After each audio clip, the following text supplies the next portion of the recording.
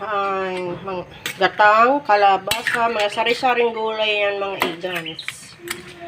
Mga sari-saring gulay na may halong alimasag. Yan, mga gulay na ganito. At mayroon din po siyang pichay. Yan, ginatak ko yan. Yan ang ulam namin ngayon.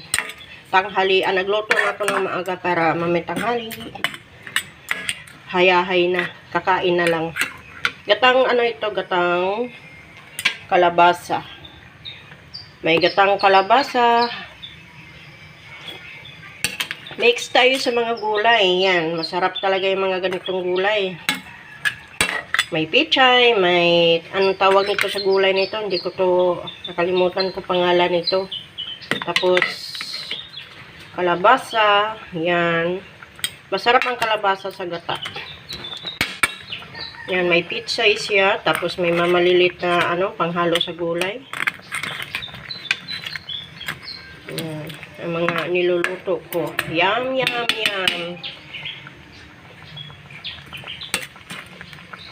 Yan. Mahirap kasi mag-budget. Napakamahal talaga ng mga bilihin, ng mga gulay. Mahal lahat. Wala nang mura. Mapamura ka na sa mga bilihin. Yan. Pinakukulo muna natin ng minutes.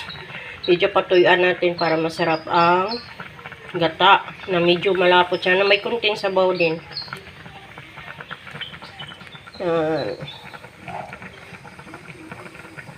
Ganito na lang ang videos. Maraming salamat mga guys.